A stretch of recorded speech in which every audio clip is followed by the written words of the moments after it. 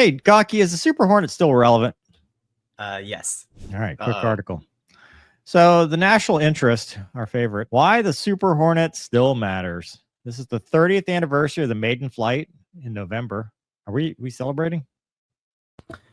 Yeah, it's not November yet, but I'll celebrate. They're going to award the contract for the FAXX allegedly later this year.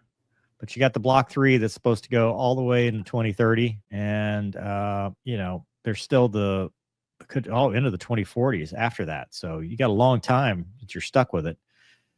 But they're going to close the production lines in 2027 when the final aircraft are delivered to the Navy. So it will celebrate the jet's legacy with a series of events, including a photo op, pilot panels with those who flew. Are you on the pilot panel? You should be. Book signings? You could bring your coloring book. I did use a Super Hornet in Liza Lou and Rocket Ripfly fighter jet. There's your specifications for the Super Hornet. In case you were wondering, they replaced the Tomcat back in 1999. It's a force multiplier. It does all the missions. But I guess the question was, that's a 40-year lifespan if that timeline holds. Gonky,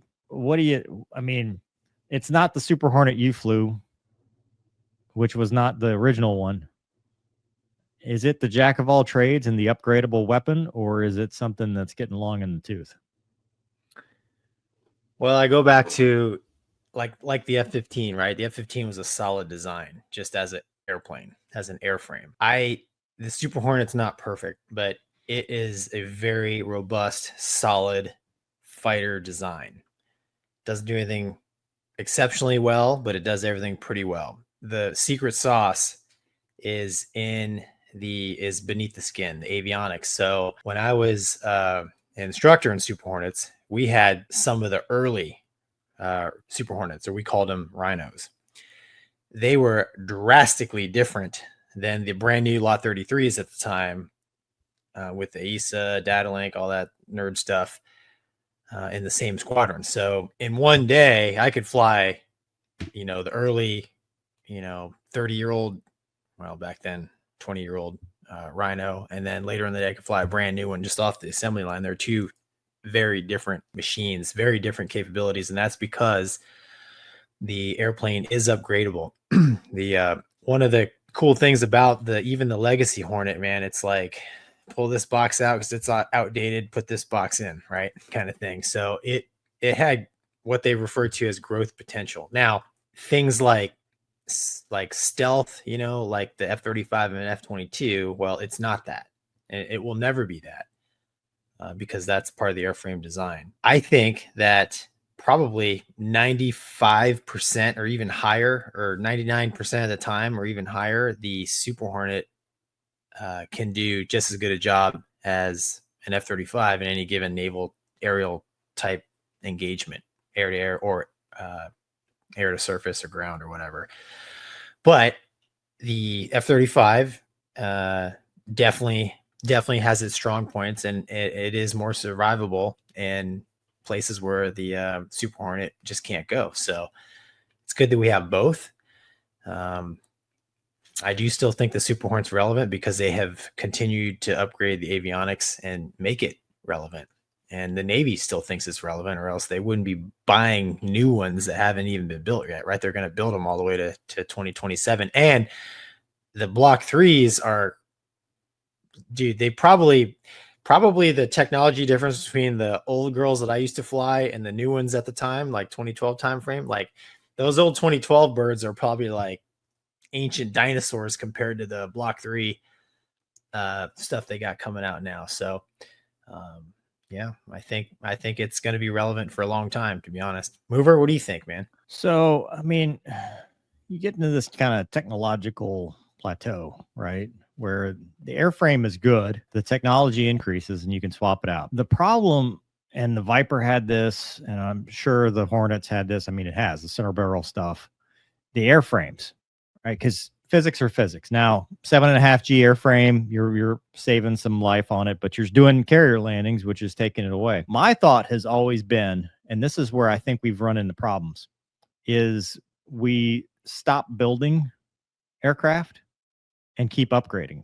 So then you end up with 40-year-old airframes sitting out on the ramp. You're doing service life extensions. You're doing, the depot level stuff. You're trying to make this one airplane go versus buying that new jet with the stuff in it. Because I think if it's already integrated from the factory from day one, it works better than if you hodgepodge, like you talked about, switching out, put this box in, take this box out. Because anytime they've done upgrades, it takes a while to work out the bugs and stuff versus you take that same new tech. Now, granted, it's more expensive to buy, but I think you get, if you said, hey, we've got 10 years on this jet, we're going to run it until the end of 10 years and, move it to reserves or something else, I think is better than when you're building new aircraft, because at some point you stop building them and you get like what's going on with the Raptor where, you can't upgrade it, certain older one, you're just like, well, I mean, the airframes, the platform is still good. It's still relevant. And that's what's happening with like the F-35. Lockheed is pivoting to Gen 5.5, but I guarantee it's not, we're going to make a early block pre-TR3 jet, Gen 5.5. We're going to make the ones we're making now capable of doing that because you can't do it from upgrade perspective. It's much harder to upgrade than it is to buy it, new off the lot. And so like the Block 3 Super Hornet stuff probably wouldn't work in your 2012. It'd probably be a huge pain to do that. And again, airframe, stress on the airframe, life cycles, carrier landings, all that stuff that takes life. And to me, it's better to buy new and have your complement of newer, cheaper aircraft. That's the problem though, is everything's so damn expensive that, in like the EX and the Block 3 Super Hornet, I think the price comparison to an F-35 is pretty damn close, right? Yeah. I think a lot of that though is also numbers, right? They've already built 1,000 F-35. How many EXs are they going to build? So, yeah, you got a point, Mover. So, in the Legacy, I didn't see like in the Rhino and the Super Hornet, they when they built that jet, they had growth in mind. I caught the Legacy jet kind of towards the tail end of its life, and I flew old lot 10s from the late 80s, but we had a Marine squadron on board that had basically the latest Charlies. They were like lot 18s or something, but like you said, they not only did they have more capability, but they had quite a bit more weight added to them, right? Because these, you add the boxes and all the nerd stuff, it takes up space. Like in 204, remember how we had the hell hole behind the ejection seat? You could throw your duffel bag. Those jets, dude, that was taken up with nerd stuff.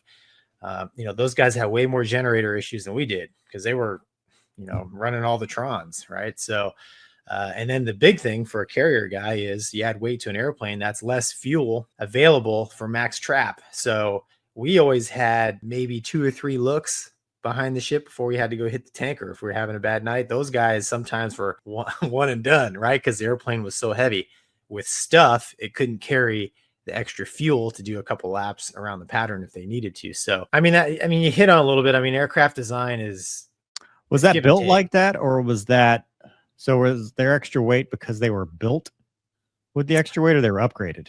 Those jets they were not upgraded. They were built like with more capability from. See, because my theory on this is that if you have one that's, excuse me, from the factory, right, you get better maintenance because it's less stuff to break.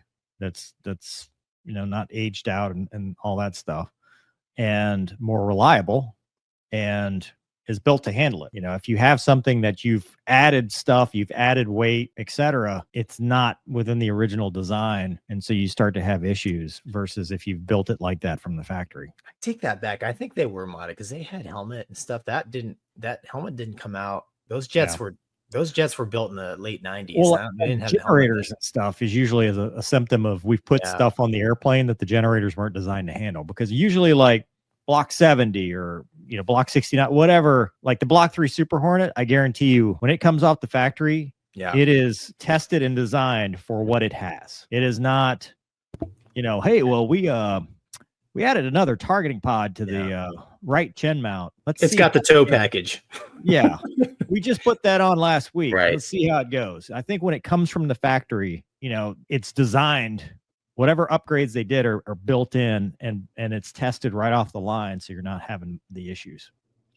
Yeah, I mean, it's a good point, but like you said, it's a huge cost thing. And then, you know, for example, we for most of my time in the fleet, we flew the oldest Hornets in the air wing, but we were still able at the time, wouldn't fly today, but we were still able to integrate with the air wing and be successful, you know, in our tactics. So it's not that if you don't have the latest and greatest, your jets are now useless. You just tactics play, in my opinion, tactics and training is just as important as obviously the tools or the airplanes being used. So you have to know what you have, your limitations, and go with it. You know, Super Hornet. So okay, it's not stealthy, but dude, it's got a cousin called the Growler that can that can do some pretty crazy stuff. And it's got all them, you know, it's got its own Exactly. self-protection.